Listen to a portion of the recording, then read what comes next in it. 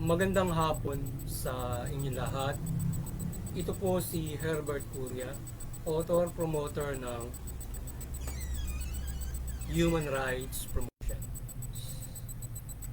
Ang boses ng Human Rights Promotion sa malayang demokrasyang ito, kakibat ang ating pananalig sa ating banal na Panginoon Diyos, banal na Panginoon sa Kristo at gawa ng kaliwanagan ng Santa Maria, mula sa isyong ating nakalap at pagbabantay sa mabuting pamamahala, patas ng hustisya at karapatang magtao ay hinggil sa issue ng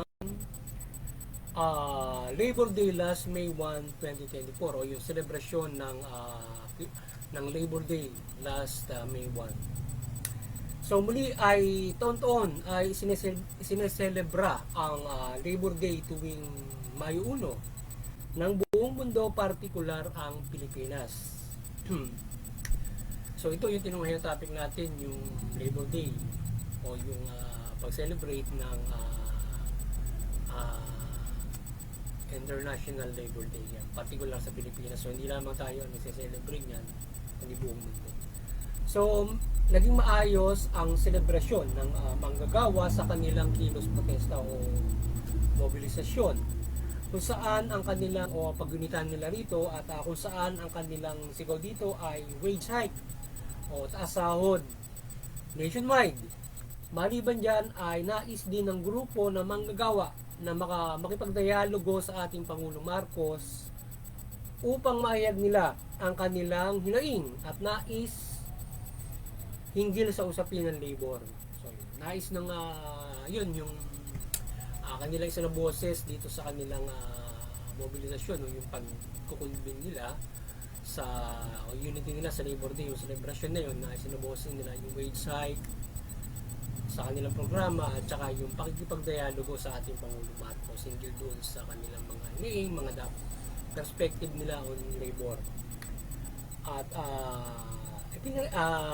ipinare-review ng ating Pangulong Marcos ang minimum wage upang ito ay maiangat sa sapat na sahod at kanyang sinusuportahan ang manggagawang Pilipino.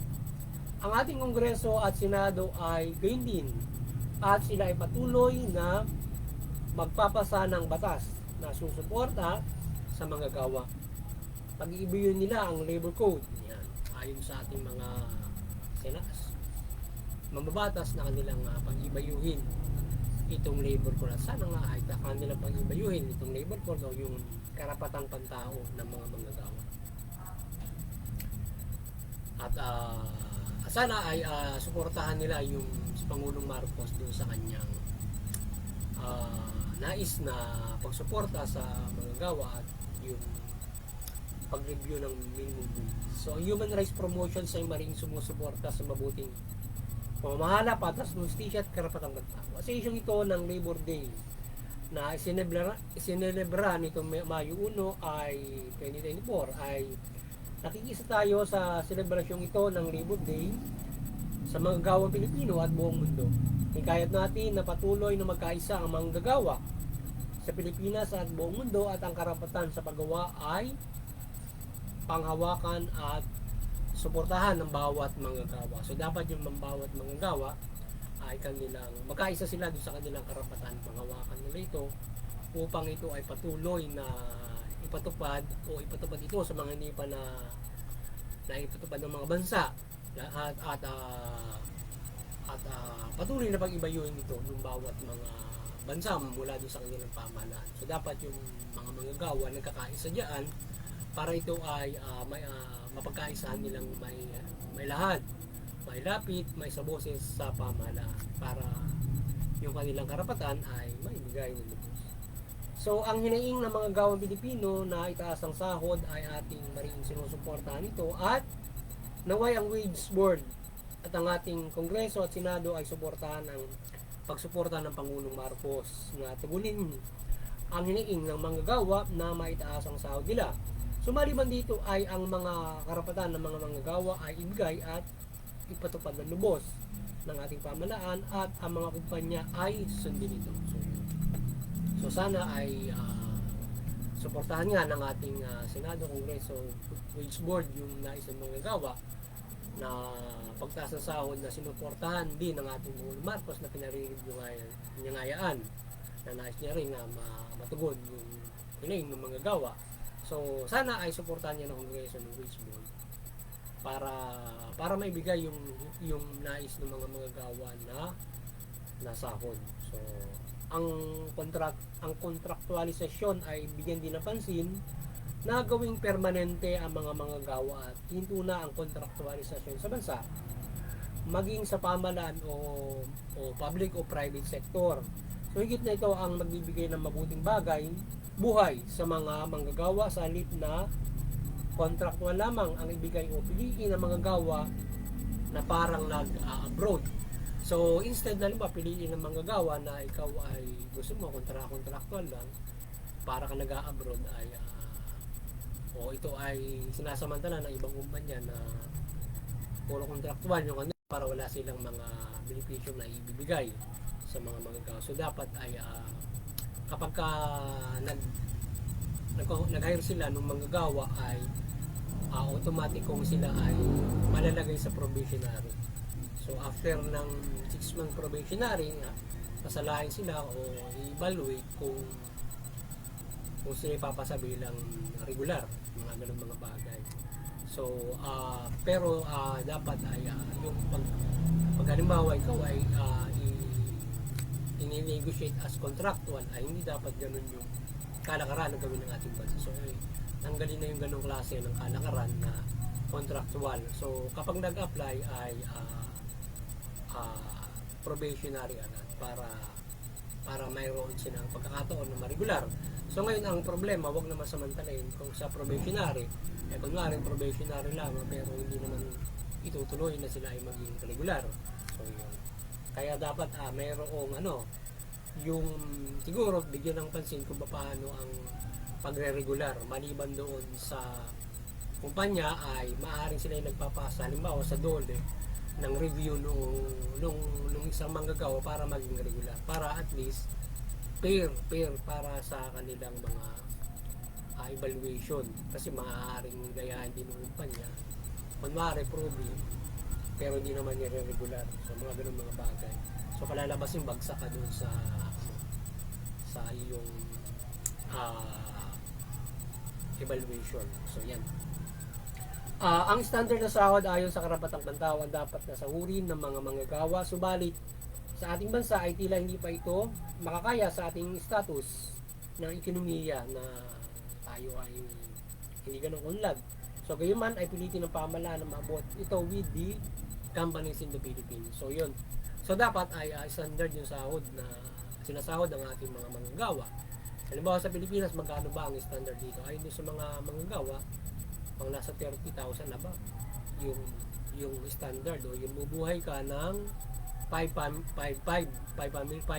miyembro ng pamilya, maaaring 5 kayo sa pamilya, may 3 anak o 5 ang anak, mga ganun. So ika mabubuhay, pero yun ay minimum wage dapat yun na standard. So ngayon kung hindi mo kayang ibigay, hindi yung ating sahod ngayon, hindi niya kayang buhayin yung ganung pamilya. So ilan lang yung pwede niya buhayin? 3 lang ata, o mag-asawa, 1 anak, o 2, yun ang kayang buhayin. At saka yung ating minimum wage, mahirap na. Kung i-review mo yan, halimbawa, tayo magbibigay ng counting session sa pag-review na yan, reviewin ng ating wage board, yung bang ating minimum wage, kaya ba niyang bumili ng bahay at lupa, halimbawa, sa isang pamilya, diba? Kung ikaw ay mabubukod ka na doon sa iyong mga magulang, diba? Kung may pamilya ka na, so kung bubukod ka, bibili ka ng bahay lupa sa gobyerno, kaya ba nung minimum wage, bibili ka sa gobyerno ng gano'n? So ngayon yung gobyerno naman, meron naman tayong pabahay program, pag-ibig, sa kayang maliban din sa pag-ibig, yung programa ng SSUD ay nakabibili ng murang bahay. Pero sana dapat yung kayang i-afford ng mga minimum wage earner, diba? So usually kapag ikaw ay nasa ganyan, mataas yung mataas yung sahod mo para makabili ka ng bahay. So sana yung ating nasa pabahay program ng ating pamahalaan, yung mula minimum wage earner, kaya nilang makapag-provide sila na kayang bumili ng gano'n. Para at least makapamuhay sila ng maayos. Diba? So, aside from that, syempre, it could be na yung talagang analysis ng lahat ng mga kung paano ba yung standard ay syempre bubuhay ka ng ganung pamilya in our status. Kasi dapat talaga magaling yung ating economic team para natitimpla nila yung standard na sahod at saka yung kinikita ng kumpanya para sa gayon o yung ating presyo ng bilihin o yung company income and then isa o para yan ay maibigay ng maayos yung ating ekonomiya. Kasi usually nangyayari mababa yung sahod. Palaging malaki yung kinikita. Kung tutuusin nga dapat kapag yung kumpanya, halimbawa doon sa ating minimum wage, kung hindi man maibibigay pa yung standard doon sa mga earner na kumpanya, halimbawa malaking kumpanya, kaya nilang ibigay yung standard na sahod, sila yung mandatory na ipasweldo yun. Halimbawa, kung dapat ang standard na sahod is mga 40,000, kung yung kumpanya na malalaki, apaw-apaw yung kinikita nila, hindi minimum wage dapat na talagang as in national minimum wage yung ibigay nila, kundi talagang standard. So dapat tingnan mabuti rin ng ating pamahalaan yun na yung mga may malalaking income na kumpanya, kapag halimbawa umabot sila ng bilyon ng kinikita, abay dapat yung kanilang manggagawa umaabot doon sa standard sa diba? Para makapumuhay sila na maayos. Ngayon dun sa mga hindi ganun kalaki yung kanilang income, maaaring doon nasa minimum wage na binibigay ng ating kumpanya, pag-aaral para sa lahat. Hanggang sa dumating tayo sa punto na dapat ay lahat ay aayon na doon sa ganung klase ng sahod at yung mga kumpanya ay kontrolado na ito ay kapag magtatayo ka ng kumpanya, you should spend wage at a standard. Hindi ka kinakailangan nakalagay sa feasibility mo do sa yung income statement mo na na iyong sa pag-aaral ng feasibility mo, nakalagay na roon na standard yung sahod. So makikita agad yung income, yung production. So dapat ganoon yung pagsasala ng kumpanya para maabot yung standard, kasi hindi ganoon ganoon sasalain dapat ng ating pamahalaan yung mga kumpanya na papayagan nila maparehistro. Kaya lang ang mangyayari kapag maliit yung puhunan, hindi aabutin yun. So meron tayong mga kapag kasi yung pag ikaw ay humawak na ng empleyad, dapat ganoon yung puhunan para makapagbigay ka ng standard at production na ganoon. Kasi kapag small scale kasi usually pang family yun. Halimbawa, pamilya lang ang nag-ooperate nun, hindi ka basta nakuha ng empleyado. So kasi pag kumuha ka ng empleyado, dapat susundin mo yung minimum wage at standard. So dapat pag-aralan mabuti ng ating pamahalaan. So again, may voice full employment din na siyang dapat mabutin ng ating pamahalaan at standard na sahod. Sa gayon, ang bansang ito ay mamumuhay ng maunlad at walang naghihirap. Kung ayon sa karapatan ng ating kabuhay. So boses din natin na pakinggan ng ating Pangulong Marcos ang nais ng manggagawa na dialogo upang mailad nila ang kanilang perspective at mga hinaing sa paggawa. So yun. So ating boses sa ating pamahalaan na yun yung standard na sahod at full employment. So kayanin nila na marating nila yung full employment. Lahat mabigyan ng trabaho para walang Pilipino na naghihirap o nagugutom, na kung saan sila ay mayroong trabaho, mayroong open mayroong pagtatrabahuan mula no read no write hanggang sa professional. So dapat ganun ang nakahain na trabaho sa ating bansa, na ikaw man may pinag-aralan o wala, hanggang sa professional na doktor o lawyer, mayroong kang landing job sa atin. So paano? So dapat gawin ng gobyerno yan.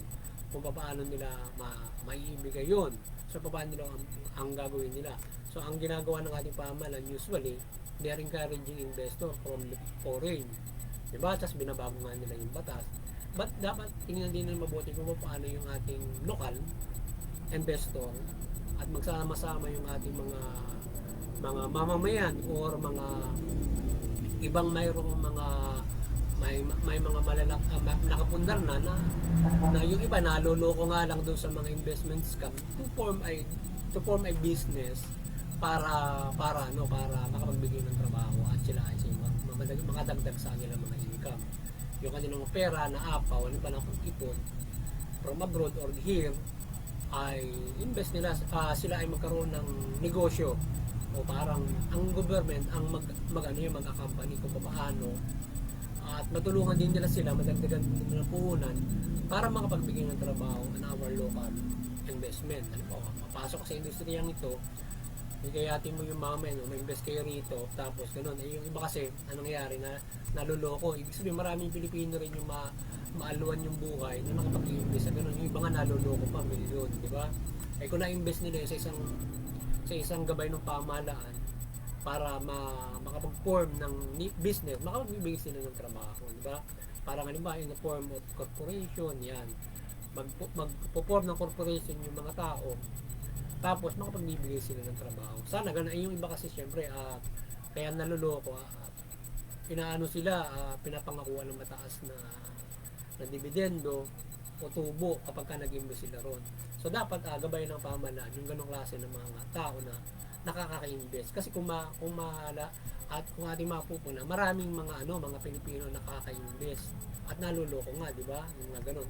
So dapat yung gobyerno gumawa ng paraan doon sa ganon din kung paano tayo mag-boom ng industriya, di ba? Para hindi na uwi sa lokohan. Nakikinabang yung mga manluloko, di ba? Dapat gaida ng government yun, yung mga ganong klase ng investment para yung mga tao makapagbigay ng trabaho, yung kanilang mga excess na kikita pa, nakatutulong pa sila sa iba. Hindi mauwi sa lokohan lang. So, naway ang biyaya ng Panginoon Diyos at Panginoong Hesukristo ay ipagkaloob sa ating bansa at buong mundo at makamit ng lahat ang mamuhay ayon sa karapatang pagtao. So gayon din ay gabayan tayo ng Banal na Santa Maria at sundin ang kalooban ng Panginoon Diyos sa inihag ng Panginoong Hesukristo. Sa gayon ay ating maiisabuhay ang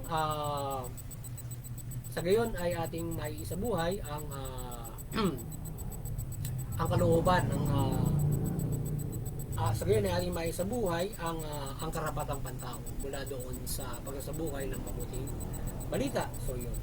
Muli ay Happy Labor Day sa lahat mula Pilipinas at buong mundo at tamasahin natin ang karapatang pantao sa gabay ng ating Panginoon Diyos at Panginoong Hesukristo at Banal na Santa Maria. So yun. Muli, ang kaliwanagan ng Banal na Santa Maria ay magliwanag sa lahat. Pagliwanagan ng pamahalaan at pamilya Pilipino, yung pamahalaan, mamahala ng mabuti, matuwid, patas na hustisya at karapatan ng tao.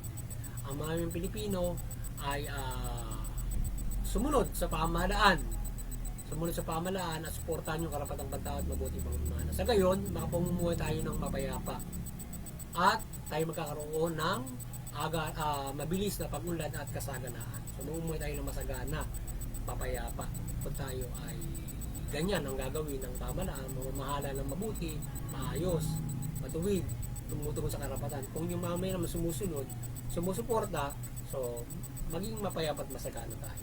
Higit sa lahat ay magkakaroon tayo ng kaligtasang spiritual sa pagtugon o pagsasabuhay ng mabuting balita at particular yung pagsunod sa pamahalaan, pagpapatupad ng pamahalaan ng mabuti ay yan ay daan para sa kaligtasang spiritual sapagkat kasama sa mabuting balita na tayo ay sumunod dyan upang tayo ay yan dyan tayo ginagabayan din ng Banal na Panginoon Diyos para magkaroon tayo ng mabuting enforce from the government. So yun at magandang hapon sa inyong lahat at muli sana nakapagsaboses naman ang human rights promotion sa linggong ito ng hinggil sa karapatang pantao mula dito sa isyong ating tinumayan na selebrasyon ng Labor Day. Ito may P1. Magandang hapon sa inyo lahat at God bless you. Ang pagpapala ng Panginoon Diyos at protekta ay sa ating lahat.